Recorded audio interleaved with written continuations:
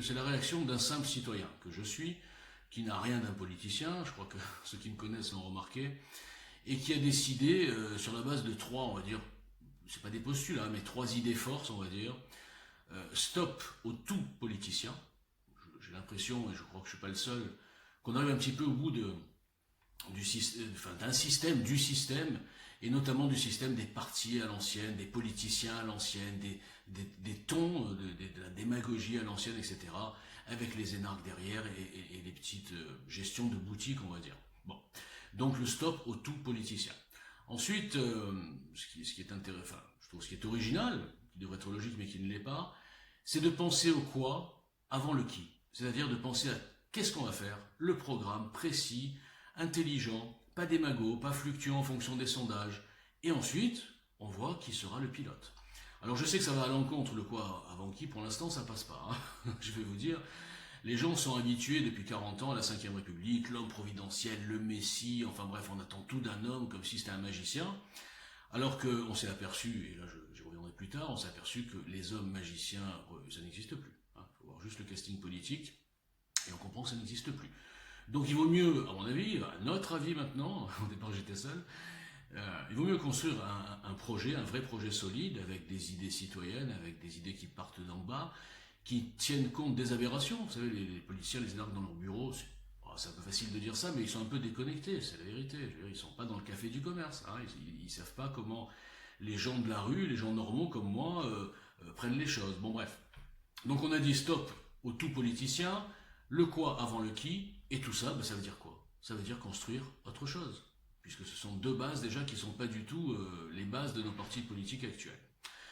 Donc ça c'est la démarche. Alors ensuite, quand j'ai dit, je me suis dit tout ça tout seul, hein, j'ai dit tiens, sous forme de défi, c'était avant, enfin pendant la campagne 2017, j'ai dit tiens, je vais écrire une trame de programme. Voilà, moi si j'étais, comme tout le monde s'est dit un jour, hein, si j'étais président, qu'est-ce que je ferais? Et donc je me suis quand même documenté, hein, parce que j'étais pas du tout à la page, si j'ose dire. Et j'ai écrit une trame de programme, qui m'a paru pas mal finalement, elle était très incomplète, hein, qui était originale, notamment dans la modernisation de la République, mais bon, après il y a eu les élections, je l'ai mise dans un tiroir. Et ensuite, quand j'ai vu au bout de quelques mois Macron, et j'ai compris qu'il serait la couche finale sur notre nation, qu'il est là pour la détruire, enfin bon, on en parlera plus tard, je me suis dit, il faut que je fasse quelque chose, même si je suis personne. J'ai dit, je vais aller sur les réseaux sociaux, en l'occurrence sur Twitter, et donc la deuxième phase, c'était de trouver des citoyens motivés comme moi, des citoyens constructifs, qui ne sont pas forcément encartés ou pas encartés, enfin peu importe, des gens qui ont envie de bouger, qui ont envie de tenter de construire autre chose, vu la gravité de la situation. Voilà. Donc je suis arrivé en fin 2017 sur Twitter, et depuis, j'harcèle tout le monde, j'interpelle tout le monde. Oui, je suis un peu la mouche du coche, je dis des vérités que, je suis désolé, que beaucoup n'osent pas dire en public. Alors ça me vaut beaucoup d'ennemis, ceux qui me connaissent sur Twitter ils le savent, beaucoup de dénonciations, de suspensions de comptes, et je repars à zéro, etc. Mais quand même, je dois avouer, ça c'est le point positif, il y a quand même des gens qui m'ont vu tout au long de ces années-là, et qui peu à peu se disent, bon, ce type-là, il est un peu spécial, des fois il est un peu fou, parce qu'il est optimiste, parce qu'il croit que tout est possible quand on le veut, mais on ne peut pas douter je pense, hein, de son honnêteté, sa sincérité, sa motivation, et quelques compétences quand même en termes d'analyse. Voilà. Donc ça c'est la démarche, et voilà où nous en sommes. Rappelons les six postulats. Les six postulats du programme EJL, qui sont assez originaux, il faut dire, et dont certains ont valu quand même des réactions très négatives, dans le sens un petit peu hystérique. Alors, le premier, il n'y a pas d'ordre de toute façon, mais on va dire que le postulat que moi je classe en numéro un, c'est que la Ve République n'est plus adaptée aux hommes de notre époque. On l'a bien vu, les hommes providentiels, ça n'existe plus. Bon, je crois que si on se retourne depuis 40 ans, on s'aperçoit qu'on était déçus chaque fois, par des gens qui se présentaient comme avec des slogans, avec des incantations, des promesses de campagne non tenues, et finalement ils n'avaient rien de providentiel. C'était les mêmes en couleur, voilà. Bon, donc ça veut dire quoi? Ça veut dire qu'il faut changer le système. Il ne faut pas faire une révolution déchaînée, tirage au sort, façon insoumis, pas du tout. Il faut moderniser la République par quelques modifications qui sont d'ailleurs dans le programme, on y reviendra. Donc le but c'est quoi? Le but c'est que le président ne soit plus un petit patron de PME qui distribue ses cacahuètes avec un pouvoir absolu pendant 5 ans, une assemblée nationale aux ordres, Sénat qui sert à rien et finalement la roue libre totale, et nous on est ses employés, mais il faut changer le rapport de force entre le président et son peuple. Le président devra donc s'engager, comme dans un contrat, dans un mandat. Son programme sera engageant, il ne sera pas des pages de pub, et il deviendra un PDG, mais sous les ordres des actionnaires, que nous serons. Alors ça paraît très simple, et ça l'est d'ailleurs, il faut juste voir le programme, 4 ou 5 modifications, et on y est. Et alors bizarrement, une petite parenthèse, tous ces partis qui nous disent souvent, oui on a compris, la déconnexion, la gabegie, etc. C'est marrant parce que dans leur programme, ils ne changent jamais ça. Ils ne contractualisent pas le mandat du président. C'est étonnant, hein. Bon, moi j'ai repéré cette chose-là, et au moins c'est écrit, et nous le ferons. Donc, si on change le système, si on modernise la République, nous pensons qu'il faut aussi changer le profil. Quand on se retourne sur tous les présidents de la 5e, mis à part De Gaulle, c'est-à-dire que la 5e a été faite sur mesure. Bon, alors après, les costumes étaient un petit peu trop grands. Donc, voilà, donc il faut changer de profil. Alors moi, à l'époque, déjà, j'avais fait un petit trombinoscope pour m'amuser. Je mettais des gens comme Charles Gave, à l'époque, il était encore moins connu qu'aujourd'hui.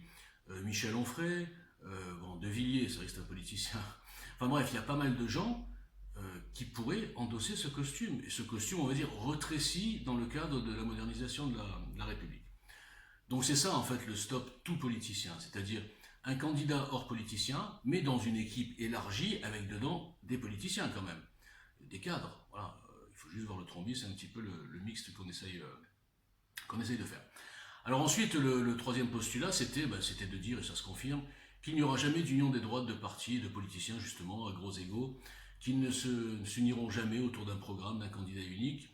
Alors aujourd'hui, c'est quoi le paysage? C'est qu'on voit bien que Marine Le Pen, étant devenue, on va dire, le premier parti de France, elle n'a aucune intention de laisser sa place, elle n'a aucune intention de monter une union, puisqu'elle sait très bien que s'il y a une primaire, on va dire, admettons, elle ne serait pas du tout désignée par les gens de droite. Pas du tout, elle le sait.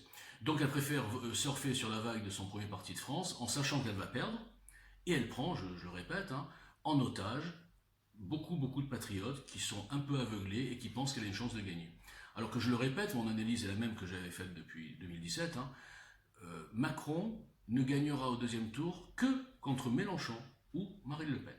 Et vous remarquerez que depuis 3 ans, les seuls qui sont mis en avant comme quoi c'est les seules alternatives, c'est Macron et Mélenchon. Ces deux-là, malheureusement, ce sont des outils involontaires du système. Le système diabolise Mélenchon, il n'a pas de mal, parce que Mélenchon, c'est vraiment le diable, c'est ce que je pense. Et le système diabolise le RN et Marine Le Pen, qui, elle, n'est pas du tout le diable. Elle a juste un patronyme qui ne va pas, si j'ose dire. Elle a un nom de parti qui ne va pas, elle a un historique, elle ne peut pas. Elle ne peut pas retourner la situation. Donc, voilà, donc je confirme qu'il n'y aura ni union des droites, et j'enchaîne sur le 4e postulat, et le RN, le Rassemblement National, ne gagnera jamais. Alors ça, dire ça, c'est un crime, Sur les réseaux sociaux, tous les patriotes me sautent à la gorge, c'est n'importe quoi. Ils sont militants avant d'être citoyens, quoi. Ils sont pas lucides. Ils sont comme dans une secte. Il y en a plein qui m'ont bloqué sur consigne. Vous imaginez la démarche. Mettez-vous à la place d'un militant qui reçoit un message dans son DM de la part de groupes de pression sur les réseaux. Ah, il faut bloquer celui-là. C'est-à-dire qu'ils savent même pas qui je suis, des gens que je connais pas. Ils l'ont bloqué, comme des moutons. Alors, quand je dis que c'est une secte, c'est ça la secte. Moi, je sais que même si EJL prend de l'ampleur, jamais je dirais aux gens, non, ne regardez pas ailleurs, restez ici, fermez les fenêtres, ne regardez personne. C'est marrant que ça choque personne, quoi. Mais c'est des trucs du 19e siècle, non, du 20e, de la deuxième partie du 20e siècle. Et les gens marchent encore. Et toute la gabegie, ce que je dis sur le système des politiciens, etc., ils écoutent encore les consignes de parti. Ils ne veulent pas agir en militants, en citoyens, patriotes. Ils ne sont que des militants sectaires pour une équipe, on va dire, un camp qui ne gagnera jamais. Donc, moi, évidemment que de temps en temps, ceux qui me connaissent sur Twitter, ils savent, je prends des colères parce que je me dis, mais c'est pas possible. Moi, j'ai rien demandé. J'ai juste dit que c'est hallucinant au niveau de liberté d'expression, d'empêcher des gens de voir autre chose. Il y a aussi les hystériques autonomes, c'est-à-dire les gens qui bloquent parce qu'ils ne veulent pas voir. Alors, ils bloquent. Bon, ben d'accord, alors, on n'a qu'à bloquer Macron, on n'a qu'à bloquer tout le monde. En fait, ils ont qu'à se faire un Twitter spécial RN. Et ils tournent en boucle entre eux en se disant on va gagner. Et quand il y a des élections, 22,7%. Je ne me moque pas, moi je fais 0, donc je ne me moque pas. Mais pour dire, c'est absurde, quoi. Bon. Voilà, donc c'est un petit peu les postulats, mais vous les retrouverez dans l'emailing et sur le site. Alors qu'est-ce que c'est l'objectif de JL Citoyen. Parce que c'est bien beau, ces citoyens motivés, courageux, qui écrivent un programme, qui font écrire, par exemple, pour donner des exemples, le programme défense par des militaires, qui font écrire le programme éducation nationale par des gens de l'éducation nationale, enfin par des gens qui sont sur le terrain. C'est pour ça qu'il est très, très simple à comprendre, hein, quand on lit le programme EGL, c'est assez simple. Qu'est-ce qu'ils veulent en fait, ces gens-là? Et ce type-là qui vous parle, qu'est-ce qu'il veut? Il veut être politicien, il veut se présenter, il veut une place de député, bon, ou dans un parti, bon. En fait, non. Alors ce type, déjà, je le répète pour ceux qui ne savent pas, j'ai refusé toutes les avances, façon de parler des partis en place, parce que ça ne m'intéresse pas, premièrement. Je ne serai candidat à rien, deuxièmement. Et troisièmement, tous les gens qui sont avec moi, ils ont deux objectifs. Deux objectifs.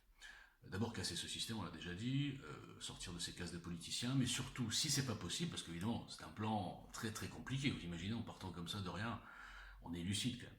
Mais c'est au moins d'arriver à former un mouvement qui puisse avoir un petit peu de poids et de pouvoir faire pression sur les partis au niveau de l'exigence de nous, citoyens. L'exigence d'engagement du président, c'est-à-dire changer un petit peu la constitution comme on l'a mis dans le programme, l'exigence de l'union, exiger de ces gens qu'ils arrêtent leurs petits égos et qui pensent à la France avant leur petite boutique. Je m'adresse ici notamment, je suis désolé, à Marine Le Pen encore une fois. Bon. Donc faire pression et essayer de changer les choses, mais pour se faire pression, il faut se faire entendre. Et pour se faire entendre, il faut être nombreux.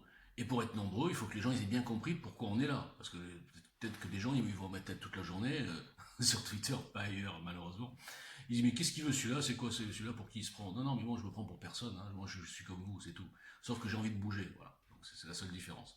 Donc ça c'est le premier objectif. Le deuxième objectif, si ça ne marche pas, si on n'y arrive pas à faire bouger ces mastodontes, ces hippopotames, ces éléphants, l'autre, le fantasme, c'est d'arriver à intéresser des personnalités hors politiciens qui sont dans le trombi, hein, des gens comme Zemmour, comme Gave, comme Onfray, etc., leur dire qu'il y a un mouvement citoyen sain, sans lobby, une espèce de coquille vide pour l'instant, mais qui est plus rempli que les autres, parce qu'il y a un programme avec des raisonnements, des argumentaires assez incassables, et une ligne qui, à mon avis, correspond à 60% des Français, mais ils ne connaissent pas, donc il ne faut pas le savoir, qu'il existe un programme mixte, mais pas le mixte diabolique de Macron, mixte dans le sens vraiment souveraineté, nation, valeurs, sociale, mais gauche sociale, c'est pas gauche sociétale. Bon, ça existe, c'est EJL, c'est tout. Hein.